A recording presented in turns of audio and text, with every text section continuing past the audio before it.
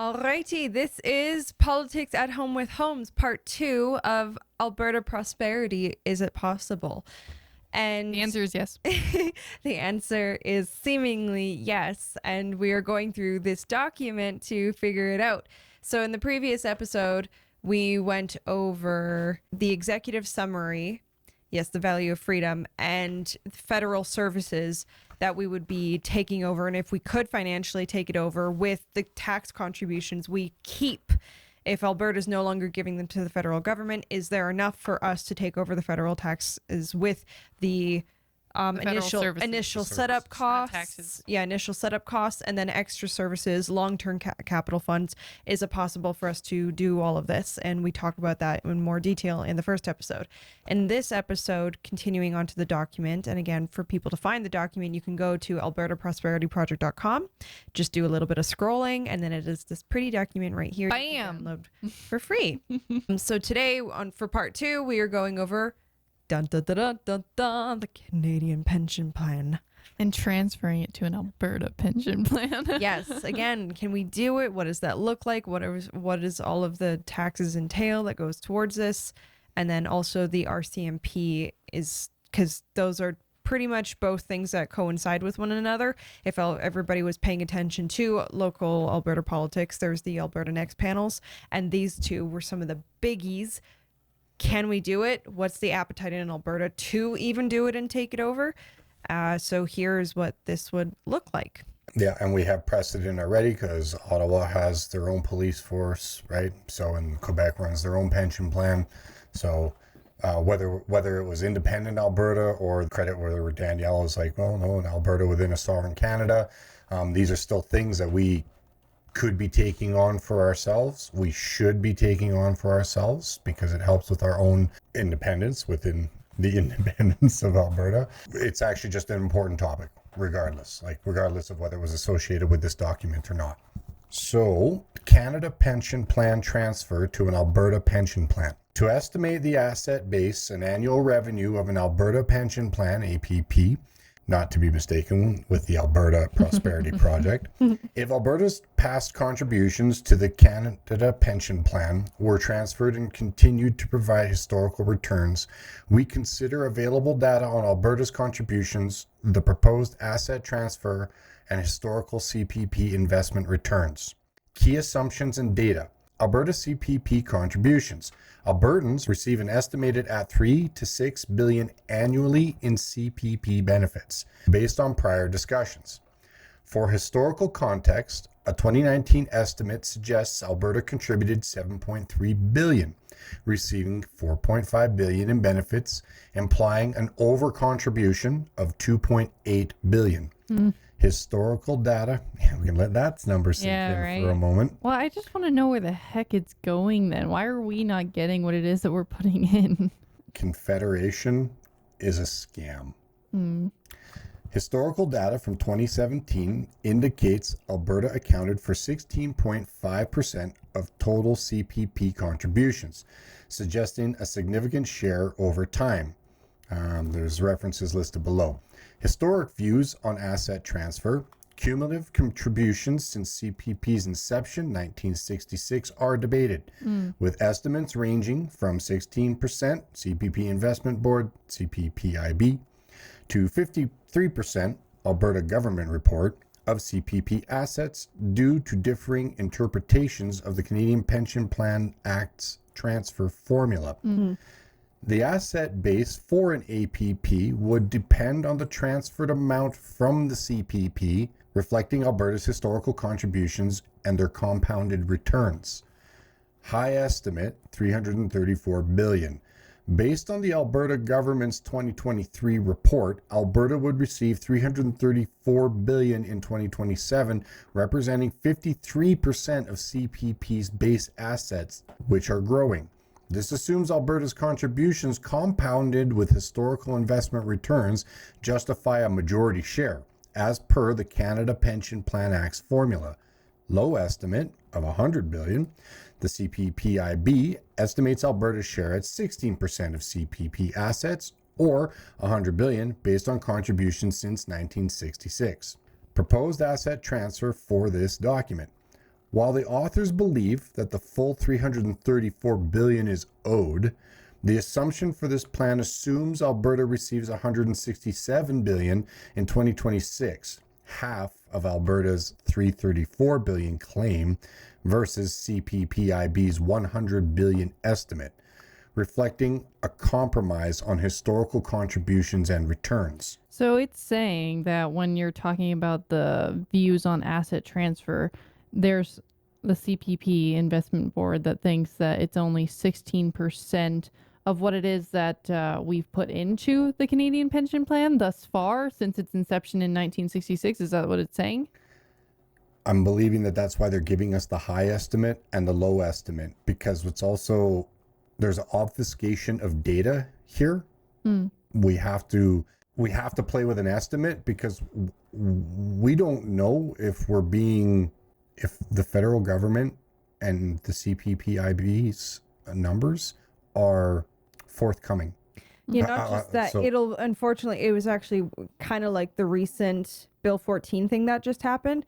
The reason that, the question got put on hold was because was it constitutional? And then which I didn't know that Bruce Party actually called it out, saying the courts could interpret it this way. And that's why they're saying it's this specific act, the Canadian Pension Plan Act transfer formula, that in the courts, when when things start to get miffy, the interpretation, which we won't really know depending on the judge, and unfortunately, since judges aren't voted in, it could very well not go with the full information that are numbered. But for these two numbers, then, for the 53%, 334 billion, and then for the 16%, the 100 billion, and then of course they split it down the middle for the sake of just showing a sort of compromise. Conservative estimate.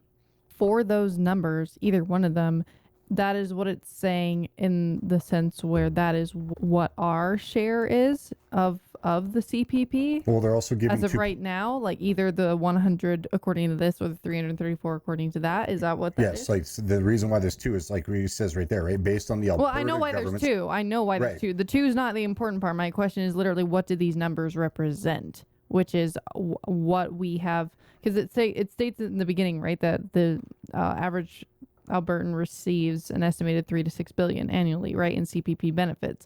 And then it's talking about how we overcontribute by $2.8 billion. I'm just wondering, with that overcontribution of $2.8 billion, does that have any relation to these estimates right now, these two numbers, the 344 and 100 billion? No, but this, I believe, is considered assets on the book, if I'm not mistaken. So just investment then, in terms of what it is that they've been putting in, the return. The share of contribution, right? The CPPIB is saying 16% from their take. Mm-hmm. Alberta government's going, this could be as large as this amount, and somewhere in the middle is the truth. Yeah, because how it'll work is like those numbers, because which they explain in the document, I think, or we did our own research, the money that we have contributed, so the over contribution, the 2.8 billion, and what we put in, the 7.3 billion, that goes and gets invested by this CPP investment board to accumulate growing assets. And then, so even though we might over contribute more than some of the other provinces, that's why they're trying to get these percentages. How much do we get out of it? Because we do over contribute that almost 3 billion. So a little bit later in the same one, we actually have a section that talks about the debate on the estimate asset base. So we'll trudge on here. Cool. The CPP Investment Board reports an annualized nominal return of 10% over the past decade, 2013 to 2023. As of June 30th, 2024, CPP Investments managed $646 billion in assets for 22 million Canadians. For simplicity, we assume a nominal 10% annualized return continues for the APP, applied to the transferred asset base, acknowledging that actual returns vary, for examples of market fluctuations and management differences. So we had to have this conversation last time, but it was the first question that came to my brain, and I actually still kind of have it again. And it was, what does this nominal return of 10% mean exactly? Just what they believe is going to be the return on investment of the asset for the investment. They're also saying each province or overall. Well, this is an overall, right? The CPP's increase you based off of what Oh, it increases nominally, like, or The by actual- 10% every time for Yes. these couple of years, like 2013 to 2020. over the past Like 10 the years. average is it's been about like 10% of what it Yes. has been In the being 10 put years, forward. yes. And Alberta says it estimates it'll be about the same. They're allowing been for that to be receiving- sort of rolled over. That's why they said we assume a nominal 10% annualized return continues for the APP, like Yeah. when we set up our own. But they're also acknowledging actual returns do vary based on, there's moving parts, right? Like Yeah. your market, who do you use to manage the funds and how they invest it. Anyway, so annual revenue for the APP would include investment returns on the asset base plus ongoing contributions from Alberta workers and employers. Ongoing contributions are estimated at 3 to 6 billion annually, consistent with 21-24 estimates and adjusted for economic growth.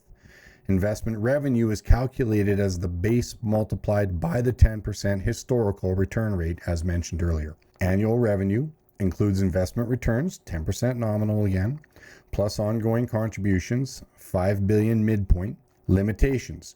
The 167 billion transfer is hypothetical and contested.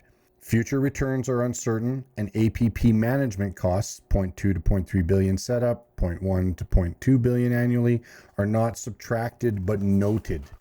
The belief of the writers is that the full 334 billion is owed to Alberta as laid out in the LifeWorks report and as spelled out in the Governing Canada Pension Plan Act Section 113(2), plus any subsequent returns.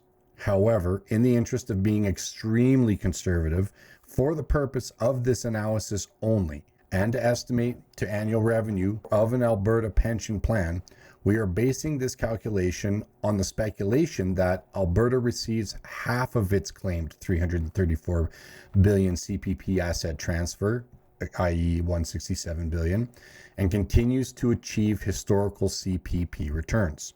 Key assumptions. Historical CPP returns. The CPPIB reports an annualized return of 10% over the past decade from 2013 to 23. We assume the APP achieves a 10% annualized return on the 167 billion asset base, acknowledged potential variability in future returns. Ongoing contributions. Alberta's CPP contributions are estimated at 3 to 6 billion annually, 21 to 2024, with 5 billion used to be conservative based on prior estimates and 2019 data. 7.3 billion contributed, 4.5 billion in benefits. Contributions continue at this level for the APP. The time frame. The asset transfer occurs in 2026 with 1 year of growth at 10% to estimate the 2026 asset base. The annual revenue is calculated for 2026, combining investment returns and ongoing contributions. Limitations. The correct calculation of CPP assets to Alberta is the 334 billion as per LifeWorks report. The use of 167 billion transfer is a hypothetical midpoint, not an official figure. Historical contribution data is approximate and precise figures require verification. Future returns are uncertain and APP management costs, 0.2 to 0.3 billion initially, 0.1 to 0.2 billion annually, are not subtracted for simplicity but noted as a factor. Estimated asset base for calculation. The APP's asset base starts with 167 billion transfer in 2026 with 1 year growth at 10%. The calculation, 167 billion times 1.1 equaling 183.7 billion. Asset base for 2026 is 183.7 billion. Estimated annual revenue. Annual revenue for the APP includes investment returns on the asset base plus ongoing contributions from Alberta's workers and employers. So investment returns with the 183.7 billion timesing that 10% return equals 18.4 billion. Ongoing contributions estimated at 5 billion annually, midpoint of 3 to 6 billion, consistent with 2021 to 24 estimates. Total annual revenue for 2025, 18.4 billion plus 5 billion.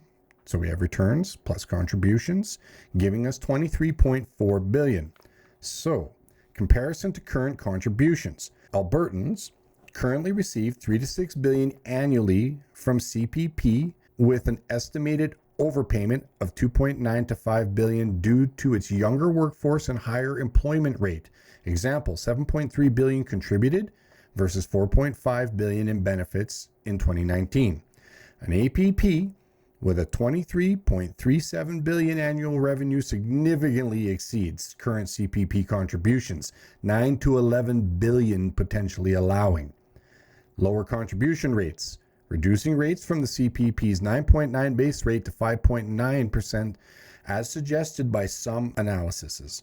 Enhanced benefits, increased pension payouts or disability benefits, surplus funds, covering the estimated 3 to 6 billion annual APP costs from prior discussions and contributing to other priorities such as, example of, infrastructure, tax cuts. Conservative options to ensure benefits are sustainable long-term for what is a currently younger workforce ages. So, implications for an independent Alberta. All APP funding will remain in the APP and not enter as general revenue and will be used only to support pensioners now and in the future. Fiscal impact. The APP's 183.7 billion asset base and a 23.4 billion annual revenue would provide substantial fiscal capacity. Funding new services. The 23.4 billion APP revenue alone covers the 3 to 6 billion pension cost, with excess funds supporting other services such as replacing the Canadian OAS or reducing contribution rates. Risks. The 167 billion transfer is a compromise estimate and may face legal or political challenges. Market volatility could reduce returns, and initial APP setup costs of 0.2 to 0.3 billion require upfront investment. Alberta would undertake to pay all pensions out of surplus fiscal capacity if necessary to guarantee the security of Alberta's pensioners through the transition to Alberta independence. So before we go on to RCMP funding and policing, I feel like we should talk a little bit about what we just went over. So when it talks about the APP's asset base starts with the 167 billion, again, they cut that in half in 26 with 1 year of growth at 10%. And then later on, they add in the 10% on the investment returns, right? Yes. That other what is this? Because that's the investment. What is this initial 1 year of growth at 10%? Because it's a fund, so the fund is going to be pooled because the funds will get drawn out for paying pensioners annually. But think of it like, well, what are you going to do with all that money sitting in the bank? You're just going to let it sit there and get like a bank's rate of return of whatever, like 2.3%. Right. It's like, well, no, you're going to run investment funds. You're going to invest it in whether like. You're going to agree that's like some offshore investing or like whatever it is that you are going to invest it in so that the money is essentially working for you, that they're giving it just an average that, well, we've managed to be getting 10% with the CPP. So we're just going to move that same rate over for the sake of simplicity to APP. Also, it says specifically the time frame. Because the asset transfer occurs in 2026. So that first and the estimated asset base for calculation, that initial one, is assuming the asset base for 2026 because this document was written earlier. So this was just to account for if we were to get the transfer at 2026, they were projecting into the future. This is what they thought it would be at the time. Now, as of recording this and reading this, everybody, we are December 24th. So Merry Early Christmas.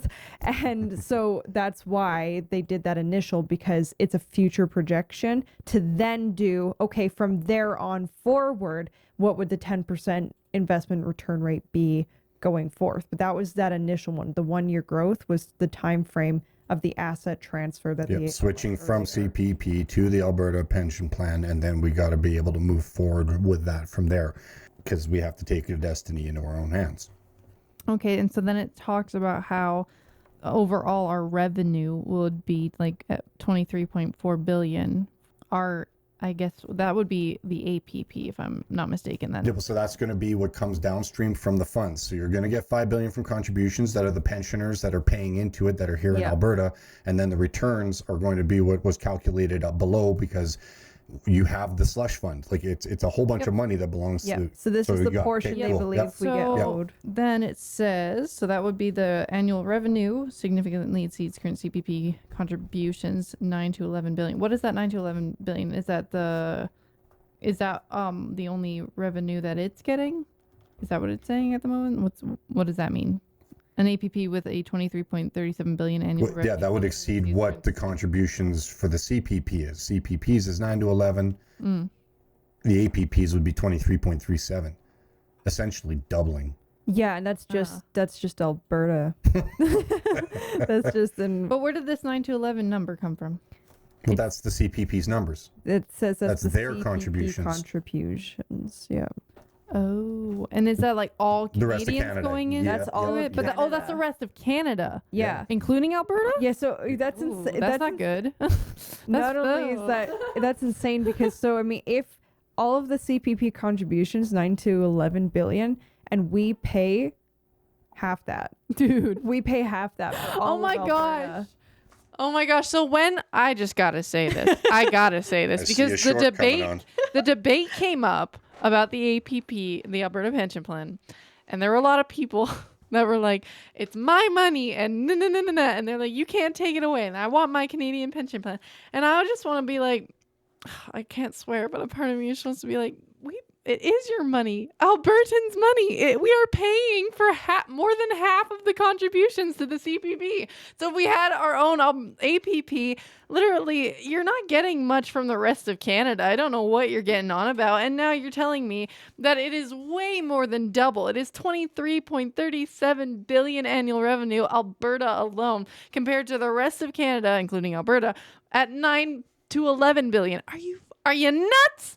You're crazy. I'm just saying, guys, do you want more money? This is literally going to be the theme of this entire Document. of this entire series is, do you want more money? All right. Okay, I'm sorry. I had to rant on that. That's ridiculous. And also, I remember the first time we read this, Dad, you were talking as well, and you were saying that our return on investment could actually be much higher than with that sort of like it's saying that's the annual, and that's a very conservative interpretation. But then what it is that we choose to invest into, we could get even more of a return on investment and even more of an annual from this APP, this Alberta Pension Plan. And then it even goes into the debate of how young people, right? It's like it takes about, Maddie and I were having a discussion on this, and it takes about like, I don't know, I'm making up a number at the moment, but it would have taken, I don't know, not a lot of 3 or 4 like workers to go towards, I don't know, somebody's pension plan, right? But now it takes like much 14. more, like 14. We're making up the numbers, but the ratio is the same, and that's why young people are not going to be seeing their pensions anytime soon. That's also a key takeaway from this because we have that 23.4 billion now in revenue for our Alberta pension plan alone. We could even reduce the rates of contribution. Yes. We don't have to contribute the full 5 billion because we're meeting the demand and more, and we have excess. So that's why they're saying we could also reduce how hard it is, how many workers you need in order to contribute to the pension plan, still meet the same bottom line because it's also legally required, and we could have money to put in something else afterwards. Not to mention, if you want to actually encourage this message to young people, it also gives you some hope. Hope that your efforts and your hard work and actually going out and grabbing yourself a trade and contributing to your independent Alberta is leaving you in a position where you will have these funds down the road, and this is going to be some of the things that will help you with your children's children. That's a win-win. Yeah. And once again, this is bipartisan. This affects and helps anybody that is even wanting to remain in political camps. It doesn't matter what your camp is. This is something that benefits you, as MayCee said. Do you want more money in your pocket that is going to allow you to live a more prosperous life? Yeah, we're not like, whether you're a rigger working in some of the oil fields or you're working in a hospital as a nurse for AHS, you don't have to, especially as young people, there's this doom and gloom, this big dark cloud that looms over us, because somebody that, even though the saying, oh, back in my day, things were easier. It's like there was a young man and an individual, and I've heard this from a lot of younger people that say, back in your day, you could work one job, not even as many hours as I'm putting in now, and you could afford a house, you could get a family. Like a mailman back in the day could have a family and pay the mortgage, have a couple kids, the mailman. But today, now you need 1-2 jobs. You need to work 40-hour plus weeks in order to maintain a family, not have your wife going to work so she can raise the kids. Well, yeah, I mean, even just the anecdotal evidence of, think of how many young adults are moving back in with their parents. Yeah. It's actually really common. But if we had all of this extra revenue and we didn't have to contribute all of these extra taxes that we alluded to in the previous episode, and then we have access for our own Alberta Pension Plan, well, that doom and gloom of you young person having to work so you can secure a future or even secure a family, you don't have to worry about that as much anymore. That's not to say stop working hard, but it means you don't have to bleed yourself dry and you'll have nothing in the end. You can actually maybe not retire, but if you want to retire, you could, but you don't have to not have anything left over in your piggy bank or for your kids' future. Yeah, I had a question. It said Alberta would undertake to pay all pensions out of surplus fiscal capacity if necessary to guarantee the security of Alberta pensioners through the transition to Alberta. What does out of surplus fiscal capacity mean? What does that mean? The money that you have on top, right? Because it says Alberta, remember when we were talking about like your surplus, the monies that you get from the investment, and just say, for example, what if we also find ourselves in that 12%, 13%? Right now, sure, that might be able to shift, and we can say, okay, 8%. The whole point is that they're letting you know that from a surplus capacity, if necessary, to guarantee the security of Alberta pensions through the transition. Because there are people that have paid into CPP this whole time right up to this point, and they're of a certain age demographic where they're kind of finding themselves going, well, I would vote no for independence because I would lose my pension. I'm coming up onto it like right now, or boomers or whatnot. And it's like, no, we can do this. Like we can help and get that transition taken care of with the surplus just from the first transfer. Like when we go down this path and then we start managing our own destiny and managing our own portfolio for our pension plan, like you'll be good to go. You're nobody's getting left behind, and I don't mean that with the European 2017 Sustainable Development We Goals. also legally it says like if you want to, because Quebec I believe has their own pension plan, is that correct? In order for you to opt out of the CPP and create your own provincial pension plan, you have to provide equal or better. It is legally, it has to be equal or better. So that being the case, not only will your CPP comparison be met, it's likely that it'll be excess. But at the very least, you will have your money because we legally have to if we want to do our own APP. And with the revenue that's this estimated 23.4 billion as opposed to the CPP, which was like 9 to 11 billion, with that's the thing that's going to be paying the pensioners, right? So a part of me is like, can we not pay for all of Albertans' pensions then with that sort of revenue? Well, the answer is yes. Yes, that's what emphatically yes. Yes. And then last question, which is it says funding new services. What kind of services would that entail exactly with the That would be up to funds? the people. Oh, okay. So let's say, we're getting good revenue. We can pay for everybody's pensions. And now we're at a point where we actually have a bit of a surplus. It can go towards something else. Something else. Exactly. Something else. But it did say that it will remain in the Alberta Pension Plan, though. So I guess like new investments, perhaps. Yeah, potentially to continue new investors. Yeah, but like I don't see taking that and like taking a certain amount of it and starting to transfer it into like infrastructure building. Yeah, that's what the taxes are that's for. That's what that whole different structure is for.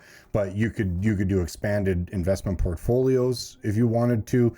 There could be, actually we're sitting in this kind of a situation. Everybody's getting an increase on their pension, like just period. Now, like just more money in your pocket, That or it could be set up for an emergency of some sorts. Well, say for example, you wanted to do a generational transfer. So now you only have so much of your pension plan that's required to sustain your own quality of life. And you actually, because of like good entrepreneurship, you built a business, or you had got something going off the ground, or you've been like steady Eddie, you saved up some pennies and you got this Alberta pension plan to sit back on. Perhaps we have a legacy program that has to do with your children. So it gets them ahead even on their contributions for themselves. So you could literally start contributing for the next member of your society, like your children, ahead of them even coming into the workforce. Yeah. Like I'm once again, that's just a spitball. Like that's just me throwing out an idea of maybe how to expand on a program for an additional services. So you could be taking care of a generation before your generation's done. Do you have any more questions? Yeah, I have one more, just one more. I was gonna say, how did we get to a point where, so my answer, what I instinctively think I know, is inflation being the thing that has gotten us to a point where it takes about like 14, right, young workers to pay for one pension. I'm just wondering, how did we get to that? That's direct. What happened in the formula? Like, what the heck happened to the point where we got to where actually now generations are paying for other generations? Why? How did we get there? Yeah, that's essentially a Ponzi scheme. Money printing. Money printing, bad fiscal responsibility, government overreach, less production of the people. We don't have, and so you end up with more. Say, for example, putting money into a healthcare system. The people that necessarily work the healthcare system, yes, they're making money, but that doesn't mean that it's contributing to your GDP, because they're not producing a physical product that brings and raises up the, like a farmer that brings food. Yeah, that, that's not to say that they're not farmer important. To help the farmer go raise exactly, the GDP. So it's like, yes, we have a place for a medical system. So I'm not trying to say that, but that's a system that's more of a liability than it is a direct contributing asset, right? So that's where like these bureaucracies, when they grow, you're putting in lots of revenue and money into these things that don't necessarily produce. And now the minute you start printing and devaluing money, it's taking more people to perform that which like before, like 5 people were doing. Now we're downstream of this. Yeah, because your savings and your money actually is worth less than your work. Worthless. Yeah. Then it's not going to help in terms of going towards the pensions in a really significant manner. It takes as much as it would for literally paying for a coffee. Like now. Yeah, and we can come up with our own currency. So we can, and that's a different conversation for another time. Yeah. But because that's not where we're at in our journey with this information. But. And also, what is the Canadian OAS? Because it says replacing the Canadian OAS or reducing contribution rate. I can see it being searched right now, so in real time. Old age security. Yes. Oh, okay.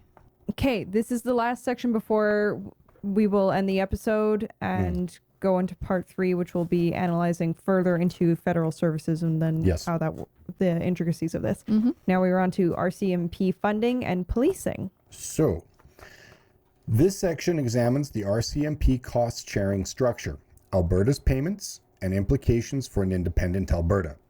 There are non-financial benefits and greater Albertan control over policing, including ability to focus on crime, drug abuse, fentanyl example, and ensuring our borders are properly controlled. Policy-wise, increased focus on crime reduction and ensuring that the system is aimed at protecting Albertans, not criminals, are broadly sought by Albertans. There would need to be an intention that those RCMP who moved into an Alberta Police Force would be given protection, or that is not costed in this document, in part as it would be a topic of negotiation with Canada, resolvable either by transfer of funds to Alberta or payment directly to pensioners from Canada. In any event, such funds payable by Alberta would be immaterial in the context of the projected fiscal capacity surplus. In other words, we would have the money to make this transition. Okay. RCMP cost sharing structure in Alberta. Contract policing agreements.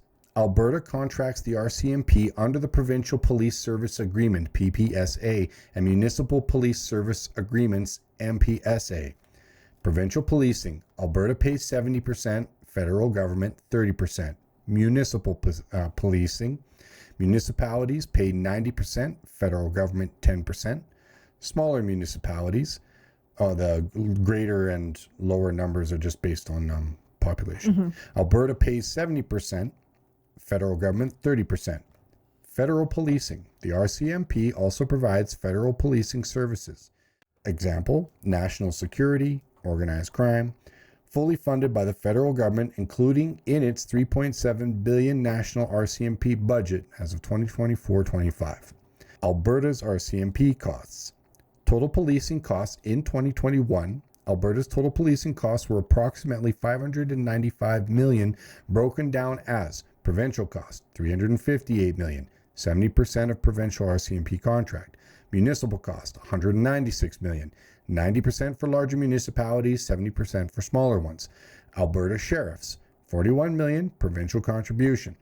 Federal contributions, $188 million, 30% for provincial and smaller municipalities, 10% for larger ones. I just have a question. Why is federal contributions even so we're talking about contracting with the RCMP and how for provincial policing and municipal policing, Alberta pays 70, federal government 30 and then municipal 30 and then 10%. Why is federal government paying that 30 and that 10%? Because the RCMP is a federal institution. Yes, it is not provincial. They swear an allegiance to the crown, not the people of Alberta. That $188 million, we would have to absorb that cost. That's the money that we wouldn't be getting from the federal government. They are not giving us that $188 million to pay for the service now. We are taking that on. Recent increases. RCMP collective agreements increased costs by 39% in smaller communities 2024, with Alberta covering some increases temporarily. Provincial estimates. A 2021 PricewaterhouseCoopers report estimate Alberta's RCMP cost at $500 million annually, provincial and municipal share, and the federal government contributing $170 to $188 million. Are federal fees included in Alberta's tax contributions? The taxes and premiums paid by Albertans to the federal government funds federal services, including the RCMP's federal policing activities, national security, as an example. However, the specific fees Alberta pays for RCMP contract policing are not directly included in these tax contributions, as they are separate payments under the PPSA and the MPSA billed to the province and municipalities. Contract policing fees. Alberta's $554 million, $358 million provincial, $196 million municipal for RCMP services is separate from the $68 to $75 billion federal tax contributions. And these are direct payments under PPSA, MPSA, not federal taxes. Federal contribution. The $170 to $188 million federal subsidy is funded from federal budgets, indirectly supported by Alberta's $68 to $75 billion taxes. Question. So when it's clarifying that this is separate from the $68 to $75 billion federal tax contributions, then how exactly are we paying our part of the contract for the RCMP and its services? Well, exactly that. The PPSA and the MPSA. So because we're contracting them, it's not a tax contribution because we're contracting them. So on top of the federal tax contributions, the 68 to 75 billion we contribute, we also give the government the 554 million. But that still comes from taxpayers' money. Well, no. Yes.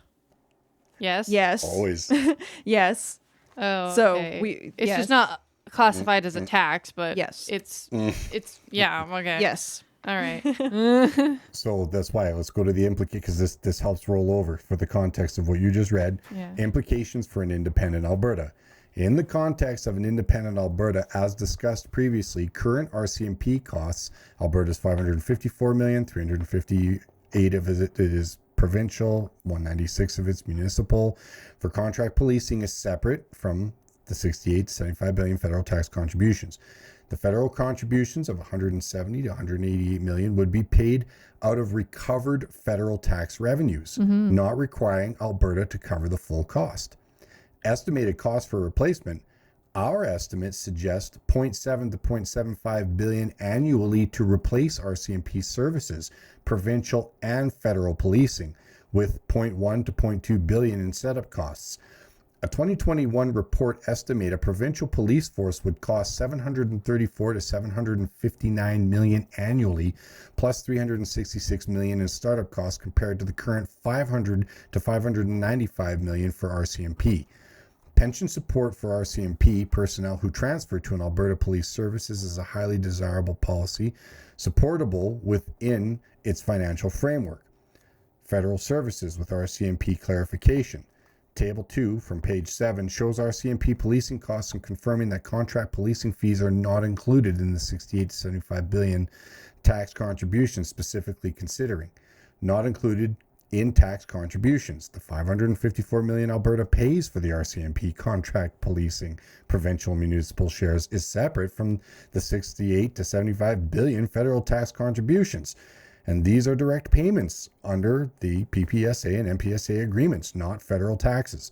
Federal contribution, the 170 to 188 million federal subsidy, 30% and 10% respectively of provincial and municipal, is funded from federal budgets, which Alberta's taxes, example PITCIT, indirectly support.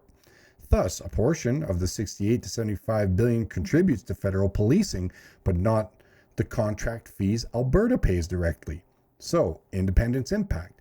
An independent Alberta would need to fund the full 734 to 759 million for a provincial field police force, replacing both contract and federal policing. An increase of 164 to 259 million over current costs, plus 366 million in setup costs. Other benefit of an independent Alberta police force include enhancement of rural and urban policing brought about by a police force which is accountable to Alberta and its people, far more directly than having accountable to a distant Ottawa. Okay, so for this, it's saying basically because this, what we have been paying the RCMP, just Alberta, not the federal government, because that's coming actually out of our taxes as well. But for us, it's through this PPSA and MPSA agreements, right? And so is it saying that with that 68 to 75 billion that it's saying that we could attain back from the federal transfers, that could go towards paying for the RCMP setups and such like that? Is that what it's saying? Yeah, of course. Yes. And that's what was talked about. That's why they made the reference to page 7 for that. It's just to show, because we're capable of doing the thing. And although on the books, it's going to look like we're paying more for our policing, which we are. Fair enough.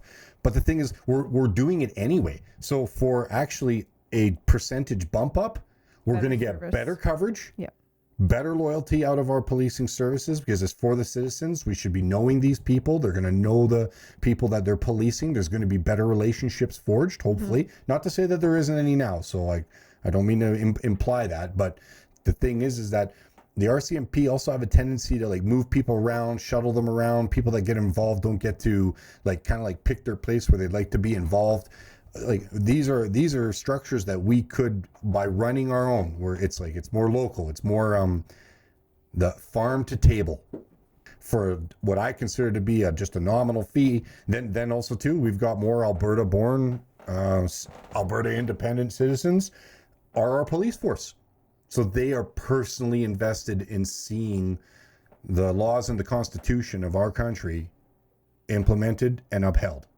That, and also when it says that it would be more accountable to us, it's because the federal government, they still have to sign the contract, is what you're saying. Yeah, they're checks. They're checks. That's right. Because it's saying that the federal government is paying either these 30% for provincial or 10% for municipal, and Alberta's paying obviously a large portion because they need it for our province, Alberta. Right. But when it comes to the provincial contributions towards paying these RCMP officers for their services and such, how does that work in the sense where we Alberta pays that 70% that goes to Ottawa and then Ottawa sends And the they're checks the out. ones That's that right. give it to So them. we're That's why eliminating the they're- middleman. Yeah. Ottawa. Yeah, so we can give our policemen the money. Direct. Yeah, like exactly that's what, it's from our farm to hand. table. Like that. Yeah. No, you are. And our then the homegrown- dog won't bite the hand that feeds it. Well, right, because then they're not even incentivized to turn on us because we won't turn the tap off on them. Like if all of a sudden you have some sort of federal agenda from Ottawa that gets implemented, they could sit back and put pressure on the RCMP, and they're incentivized to perhaps plant evidence. They're incentivized to look the other way. They're incentivized to go after political opponents. Like you're trying to take away that incentivization, not to sit back and look down on any RCMP that find themselves in the compromised circumstance, but we can take that structure out of it. We can remove it, and then they're more incentivized to want to actually do well by their citizens in their rural communities that they're a part of. Yeah, and this is also not anybody hasn't listened to the town halls, because the Alberta Next panels where these were discussed, even people, there were plenty of RCMP supporters. They had RCMP family members that worked in it, still work in it, and all of their opinions were of the same, that the RCMP is not the same. It is not providing the same quality.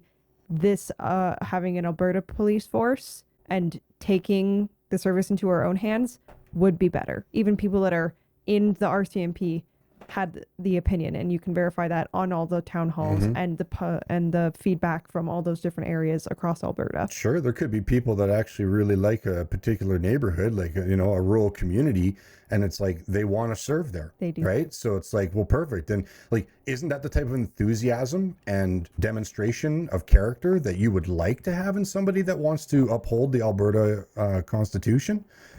I'm like, in my mind, it's like, then you're not getting somebody that's assigned to it from out of town or another part of the country that didn't even want to be there in the first place. And he's like, oh, I'm in the middle of BF nowhere, trying to be incentivized to be here and have a family. But like, this isn't what I want. I know that these are factors within the RCMP community. I don't want to speak for anyone in particular. I'm well aware that these are circumstances that we could overcome with our own police force. And when it's saying the federal contribution, 170 to 188 million, would be paid out of recovered federal tax revenue, not requiring Alberta to cover the full cost. What does that mean entirely? Because to me, I'm like, well, it's still our federal tax revenue, right? That it's saying the 60 to 75 billion, right? That we could be taking back, right? When it says not requiring Alberta to cover the full cost, I'm like, well, it's still our money, so I think we are. We're I paying think for we it are anyway. paying for it. Yes, so. yep, you are right. You We are assessed it paying correctly. for it, but the thing is, like, either way, it's our money. It's just the difference is, again, they said we over contribute. So out of that 68 to 75, we over contribute like 44 to 49 or whatever the number was. We over contribute that much. We get to keep that now, so it's not hard for us to cover that 188 million, because we get 44 at least billion back in our pockets. So. And we're trying to give the example that of that 188 million, that's not a loss because it was taken from us anyway. Yeah. So yeah, well, I mean, because if it's saying that the federal contributions, that a portion of the 68 to 75 billion is going towards that. yeah, Then it's a again, reallocation. we're already technically paying for a portion of it, and we'll have to take on the rest. Robbing Peter to pay Paul, and you realize that Paul and Peter are first and second name of the same person. Alberta. Any more questions, Mace? Do you guys have questions? Why am I the only one with questions? Because you're enthusiastic. Oh. And you want to know things. And that is the example. It's well, why we're then doing I this. like playing the dumb one, because I'm like, I bet you there's other people that are like, what are they talking about? And so I will be one with you. And I'm in the same boat. Like, this is a pleb. If anybody knows our story as our clan from like previous episodes and different things, is that I too have had to learn all of this and come along and start picking up and doing the mental bench pressing and doing the hard work to be a more active and competent citizen. And I'm still making massive mistakes going through the process. This is why we're doing this. Like, why are we even recording these episodes and putting this out there? Because we are the average Albertans. Yep. I didn't know that the RCMP was contracted. I didn't know how money was invested by the CPPIB and they gained money. I didn't know how, and even the federal services, which we'll go over in part 3, they break down some of the costs, and then the embassies, and then things to consider. There's a We didn't know that as average Albertans, and this is why we read the document. We encourage others because, funny enough, this is the intricacies about running a country. Yeah, civics. Like this would normally be stuff that should be taught and understood in civics. Yes. We're on a learning journey together.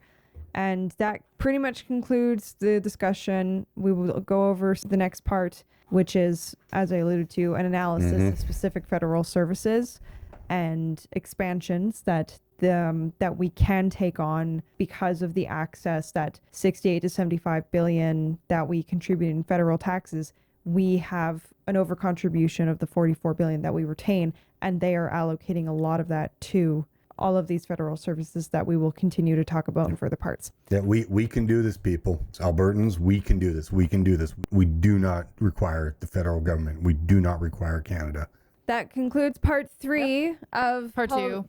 Part 2 of Alberta Prosperity. Is it possible with politics at home with Holmes? And now that we have this new outro, everybody, Dad, that you created, and What this has been at home with Holmes? Is that what precisely on the count of 3. Okay. 1, 2, 3. This has been at home with Holmes. There we go. Thanks, everyone.